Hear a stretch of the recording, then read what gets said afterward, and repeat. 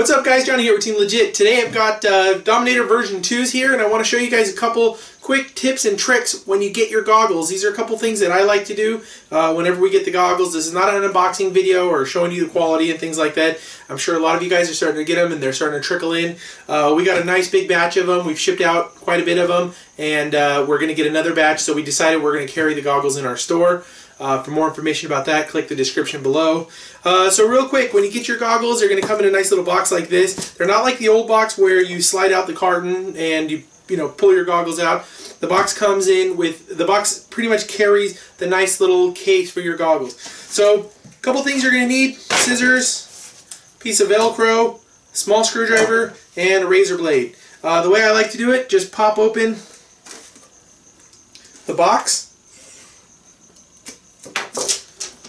That's in case you want to keep the box or whatnot. With the newer goggles, you really don't need to keep the box. With the older ones, the box doubled as a case.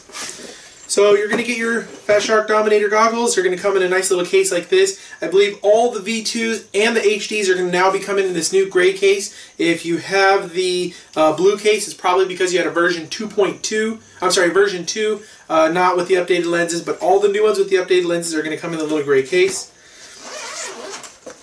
As you can see, you've got your goggles in here. They're a little bit better packed. I already opened this up and I was just kind of showing you for demonstration purposes. You get your little cable, the cloth. I usually take the cloth out, leave it in the goggles, and have the goggles here. You're going to get the adapters for the batteries. You guys do what you need to do with them. And then you got this cool little bullet connector. What I usually do with this is I solder my favorite battery connector on there, and I leave this as a spare in case this dies out in the field. I could use either a JST or a XT60 or whatever you guys may be using. You just solder that, keep this in there as a spare. Alright, first thing you'll notice is the goggles are very tight to try to get these little latches off. You're not going to be using the Trinity head tracking module that much. This pretty much stays solid. You don't open this door too often. But this one, if you're like me and you run the 1.3, the 2.4, and the 5.8, and you're constantly switching out modules, you're going to be popping this door on and off. This door is a pain in the butt to get off. And I've actually hurt my nail, actually broke a nail trying to open it. Alright, so what I like to do here is I like to take my screwdriver, and there's a little screw right here next to the audio jack and between the HDMI input. And I stick my screwdriver in there and give it about half a turn, maybe a little bit more if you like. And now you can pop the cap on and off very easily. Now this doesn't change the structure of the goggles. It doesn't make it loose. It doesn't pop around or anything like that. It just makes it so the door is easy to take out and put back in. The easiest way to put it back in and out is simply line up the two little clips at the top, pop in the bottom, and for reverse, pop the bottom off and take it off. So that's one cool little thing that I do here. Okay, the next thing I like to do is with my batteries. I have multiple batteries for these, so I always label them 1, 2, and 3. I put a little label on the back side here. But one thing that's really, really cool to do, and this is what I do with all of my goggles, I take some Velcro, the soft side usually, and I take two little parts of this Velcro, and I'll stick the Velcro right on the side of the battery and the back side. I don't use the rough side, I always use the soft side, and I'll tell you why. Okay, so when you have your battery all Velcroed up like this, it gives the battery something to stick to in this little strap right here.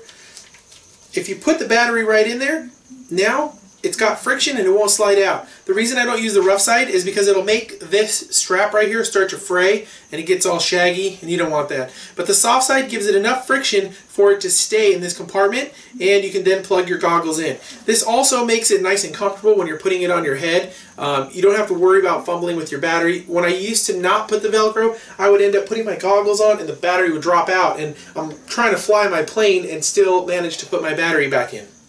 So that's that's another quick tip you could do. Another thing that I like to do is I like to keep my antennas, always with the 5.8 at least, here with me. I just kind of stick it in the little case. The good thing about the new case is it's a lot bigger and it can accommodate more gear. I also get a little tiny box from one of my multi-rotor motors, and I use that to house all of my receiver modules, my 2.4, 1.3, and 5.8. Depending on what I'm flying, I always put them in here, and it gives me a nice compact case. So I hope these little tips and tricks helped you guys out, and if it did, make sure you guys click the like button. And for more cool ideas and tips and tricks, don't forget to click subscribe. And as always, I'm Johnny with Team Legit. Thanks for watching. New Dominators. We've got all the Dominators spread out here. We've also got a set of Attitudes.